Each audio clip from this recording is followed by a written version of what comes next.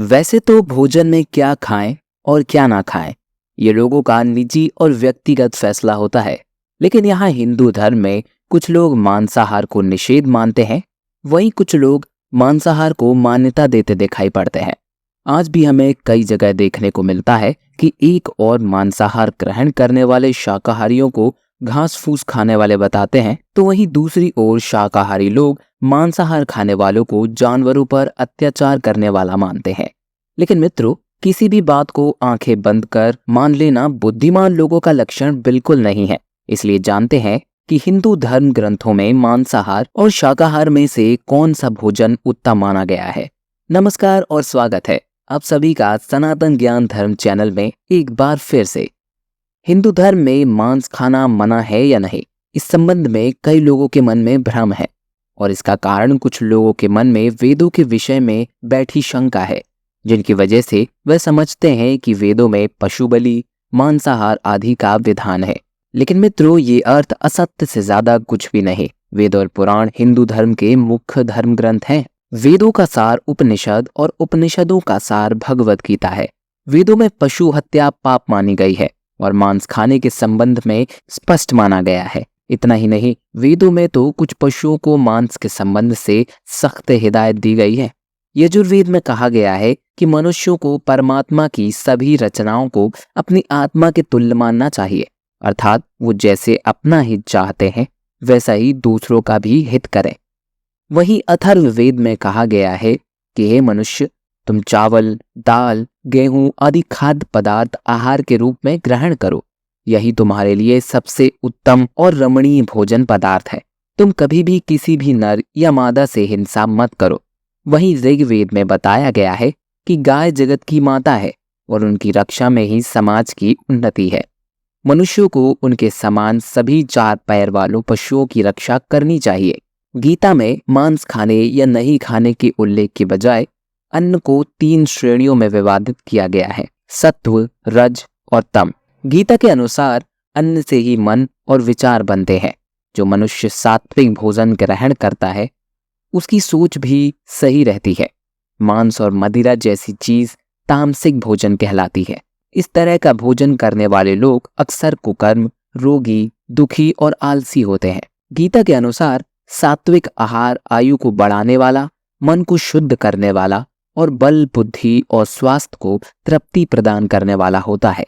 जब यही शाकाहारी आहार अत्यधिक खट्टा, नमकीन या फिर ज्यादा तेल मसाले के साथ पकाया जाता है तो वही राजसी आहार बन जाता है और ये राजसी आहार दुख, शोक एवं रोग उत्पन्न करता है। ठीक इसी तरह गरुड़ पुराण में भी श्री कृष्ण से जुड़ी एक कथा का वर्णन मिलता है। गरुड़ पुराण की इस कथा के अनुसार बचपन में एक दिन श्री कृष्ण यमुना किनारे एक पेड़ के नीचे बैठकर बांसुरी बजा रहे थे कि इस समय एक हिरण दौड़ता हुआ वहीं आया और उनके पीछे जाकर छिप गया। हिरण बहुत ही डरा हुआ था। तब श्री कृष्ण ने उसके सर को सहलाते हुए हिरण से पूछा, क्या बात है, तुम इतना क्यों डरे हुए हो? तभी एक शिकारी भी वहां आ पहुंचा और बोला, ये मेरा शिकार है, कृपया करके मुझे इसे दे दे। तब भगवान श्री कृष्ण बोले, हर जीवित प्राणी पर सबसे पहले उसका खुद का अधिकार होता है, ना कि किसी और का। ये सुनकर शिकारी को क्रोध आ गया। उसने गरजते हुए कहा, ये मेरा शिकार है, इसे मैं पकाकर खाऊंगा, तुम मुझे ज्ञान मत दो। इस पर भगवान कृष्ण पुनः बोले, किसी भी जीव को मारकर खाना पाप है। क्या तुम पाप के भागी बनना चाहते हो? मांसाहार पुण्य है या पाप, क्या तुम नहीं जानते? तब वह शिकारी बोला, मैं आपके जैसा ज्ञानी नहीं हूं। मैं क्या जानूं मांसाहार पुण्य है या पाप। मैं तो बस इतना जानता हूं कि अगर मैंने शिकार नहीं किया तो मुझे खाने नहीं मिलेगा। मैं इस हिरण को जीव बंधन से मुक्त कर पुण्य ही तो कमा रहा हूं। फिर क्यों आप मुझे इस पुण्य को कमाने से मना कर रहे हैं? जहां तक मैंने सुना है, जीव हत्या तो शास्त्र में भी उचित बताई गई है। राजा भी तो शिकार किया करते हैं ना। फिर क्या यह पाप सिर्फ मुझे निर्धन को ही लगेगा? ऐसे तमाम तर्क देते हुए शिकारी ने फिर श्री कृष्ण से पूछा, अब आप ही बताइए, मांसाहार पुण्य है या पाप? शिकारी के मुख से ऐसी बातें सुनकर भगवान श्री कृष्ण समझ गए कि इसकी बुद्धि मांस खाने के कारण तामसिक हो गई है और इसमें सोचने और समझने की बुद्धि खो दी है। फिर भगवान श्री कृष्ण बोले, मैं तुम्हें एक कथा सुनाता हूं, जिसे सुनने के बाद तुम ही बताना कि मांसाहार पुण्य है या पाप। वह शिकारी सोचने लगा कि इस कथा को तो मैं सुन ही लेता हूं, मेरा मनोरंजन भी हो जाएगा और बाद में मुझे इस हिरण का मांस भी मिल जाएगा। फिर श्री कृष्ण ने अपनी कथा प्रारंभ की। एक बार मगध देश में अकाल की वजह से अन्न का उत्पादन कम हो गया। राजा को चिंता सताने लगी कि यदि इस समस्या का शीघ्र ही निदान नहीं किया गया तो संरक्षित अनाज कोष भी खत्म हो जाएगा। इसके बाद संकट और भी भीषण हो जाएगा। इस समस्या से निपटने के लिए मगध के राजा ने तुरंत ही राज्यसभा में अपने सभी मंत्री और सलाहकारों को बुलाया और सभी से पूछा कि राज्य की इस खाद्य समस्या को सुलझाने के लिए सबसे सस्ती वस्तु क्या है। ये सुन सभी मंत्रीगण सोचने लगे। चावल, गेहूं, आलू इत्यादि पदार्थों को उगाने के लिए बहुत श्रम करना पड़ता है और उसमें समय भी काफी लगता है। ऐसे में तो कुछ भी सस्ता नहीं हो सकता। तभी शिकार का शौक रखने वाले एक मंत्री ने खड़े होकर महाराज से कहा, महाराज, मेरे मुताबिक सबसे सस्ता खाद्य पदार्थ मांस है। इसके लिए धन भी खर्च नहीं करना पड़ता और पौष्टिक खाना भी मिल जाता है। यह सुनकर सभी सामंतों ने इस बात का समर्थन कर दिया, लेकिन मगध के प्रधानमंत्री अब भी चुप बैठे थे। ये देख राजा ने प्रधानमंत्री से पूछा, आप क्यों चुप है? कुछ कहते क्यों नहीं? आपका क्या मत है? इसके बाद प्रधानमंत्री ने कहा, मैं ये नहीं मानता कि मांस सबसे सस्ता पदार्थ है। फिर भी इस विषय पर मैं अपने विचार आपके सामने कल रखूंगा। प्रधानमंत्री इस रात मांसाहार का प्रस्ताव रखने वाले इस सामंत के घर पहुंचे जिससे यह प्रस्ताव रखा था। सामंत ने इतनी देर रात प्रधानमंत्री को अपने घर आता देखा तो वह घबरा गया। किसी अनिष्ट की आशंका से वह कांप गया। प्रधानमंत्री ने कहा, संध्या को महाराज बीमार हो गए हैं, उनकी हालत बहुत ही खराब हो गई है। राजवैद्य ने कहा है कि किसी शक्तिशाली देह का 2 तोला मांस मिल जाए तो राजा के प्राण बचाए जा सकते हैं। आप महाराज के सबसे निकट हैं, इसके लिए आप जो भी मूल्य लेना चाहें वो ले सकते हैं। आप कहें तो इस काम के लिए मैं आपको 1 लाख स्वर्ण मुद्राएं भी दे सकता हूं। इसके अलावा एक बड़ी जहांगीर भी आपके नाम दी जाएगी। आप केवल हाँ कह दे, मैं कटार से आपके हृदय को चीरकर बस 2 तोला मांस निकाल लूंगा। ये सुनकर उस सामंत के चेहरे का रंग फीका पड़ गया। वे सोचने लगा कि जब जीवन ही नहीं रहेगा तो लाखों स्वर्ण मुद्राएं का मैं करूंगा क्या, और बड़ी जहांगीर भी किस काम आएगी। वे झटपट अंदर भागा और अपनी तिजोरी से 1 लाख स्वर्ण मुद्राएं लेकर आया और मुद्रा लेकर उसने प्रधानमंत्री के पैर पकड़ लिए और गिड़गिड़ाते हुए बोला, महाशय, मैं आपकी 1 लाख स्वर्ण मुद्राएं में अपनी 1 लाख मुद्रा और मिला देता हूं। इस पैसे से आप किसी और के हृदय का मांस खरीद ले, किंतु मुझे जाने दें। मेरी आपसे विनती है, यह बात किसी और को पता ना चले। उसके बाद प्रधानमंत्री ने आगे कहा, सामंत जी, आप शरीर से बली हैं, आपकी कद काठी भी महाराज से मिलती है, इसलिए राजवैद्य ने खास तौर पर आप ही का नाम लिया है। आपके दान से हमारे अच्छे राजा की जिंदगी बचाई जा सकती है।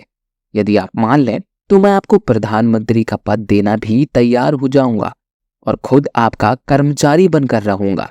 खुद को फंसता हुआ देख सामंत ने अंग वस्त्र और जूते पहन लिए। फिर उसने प्रधानमंत्री से याचना की कि मैं इसके योग्य नहीं हूँ। जो प्राण ही नहीं रहेंगे तो मैं प्रधानमंत्री पद या फिर राजा का सिंहासन मिल भी जाए तो मैं उसका क्या करूंगा। आप चाहें तो मेरा सब कुछ ले लें, परंतु मुझे छोड़ दें। इतना कहकर वह अपने घोड़े की ओर भागा और घोड़े पर छलांग लगाकर बैठ गया। वह अभी चलने को ही था कि प्रधानमंत्री ने घोड़े की रस्सी पकड़ ली और सामंत से बोला, भागने की जरूरत नहीं है, आप आराम से घर पर ही रहे, मैं कहीं और जाकर प्रयास करता हूं। यह कहकर प्रधानमंत्री वहां से चले गए।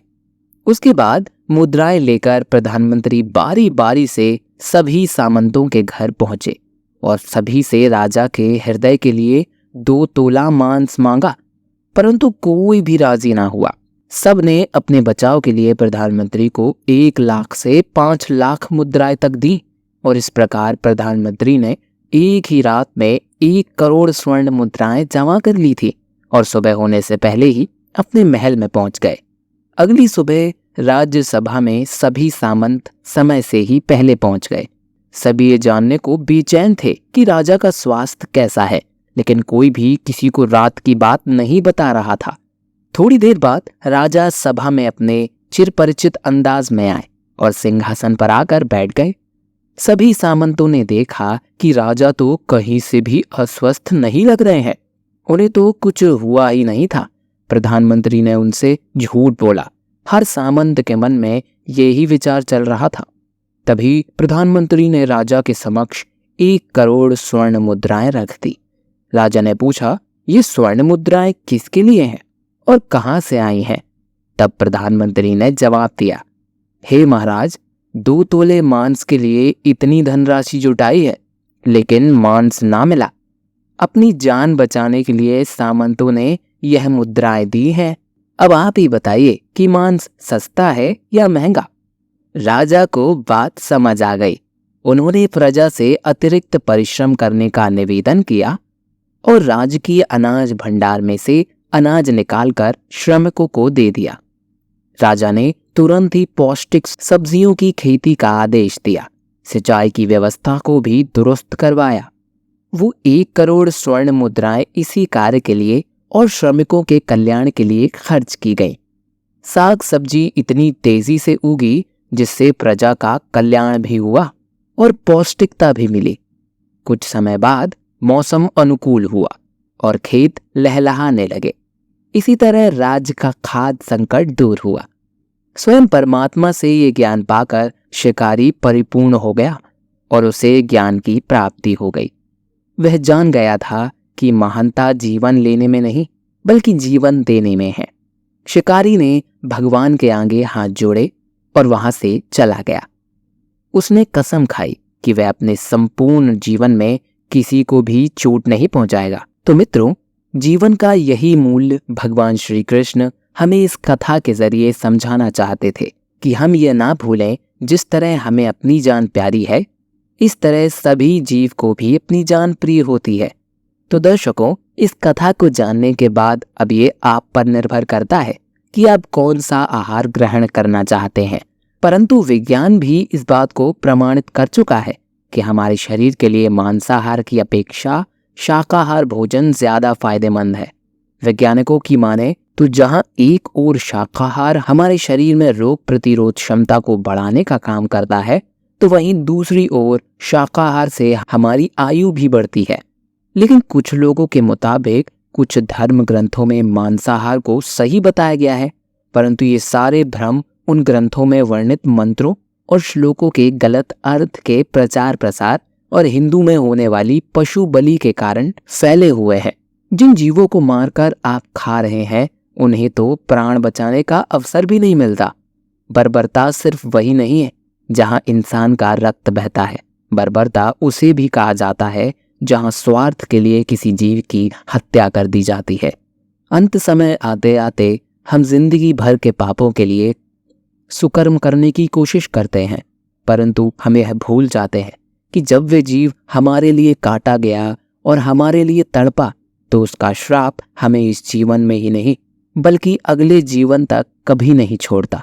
तो दर्शकों, उम्मीद करता हूं कि आपके कई सारे भ्रम इस वीडियो को देखने के बाद टूटे होंगे। अगर आपको आज की हमारी यह वीडियो पसंद आई है तो इसे ज्यादा से ज्यादा लाइक और शेयर करें। साथ ही ऐसी और भी पौराणिक और आध्यात्मिक वीडियोस देखते रहने के लिए हमारा YouTube चैनल सनातन ज्ञान धर्म को अभी सब्सक्राइब कर लें। फिलहाल हमें इजाजत दें। आपका बहुत बहुत शुक्रिया।